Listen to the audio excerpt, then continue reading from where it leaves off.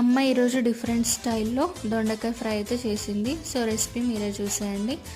ముందుగా దొండకాయల్ని పొడుగా కట్ చేసుకొని పెట్టుకొని కడాయిలో ఆయిల్ వేసుకొని వేడైన తర్వాత ఇలా దొండకాయల్ని కొన్ని కొన్నిగా వేసేసి లైట్ గోల్డెన్ కలర్ వచ్చేంత వరకు ఫ్రై చేసుకొని పక్కన పెట్టేసుకోండి. అదే ఆయిల్లో కట్ చేసుకున్న ఆనియన్ని అలాగే కరివేపాకుని కూడా వేసి ఫ్రై చేసి పక్కన పెట్టేసుకొని ఆ కడాయిలో ఉన్న ఆయిల్ అంతా తీసేసి ఇప్పుడు 1 టీ స్పూన్ అంత ఆయిల్ ఉంటుంది కదా, అది వేడైన తర్వాత కచ్చపచ్చగా దంచి పెట్టుకున్న వెల్లుల్లిని ఒక 6 నిమిషం పాటు మీడియం ఫ్లేమ్లో ఫ్రై చేసుకొని తర్వాత ఫ్రై చేసుకున్న ఆనియన్స్ని దొండకాయ ముక్కల్ని వేసి మంచిగా ఒకసారి పసుపు వేసి కలిపేసుకొని తర్వాత తగినంత ఉప్పు, కారం అలాగే ధనియాల పొడి వేసి మంచిగా మిక్స్ చేసుకోండి.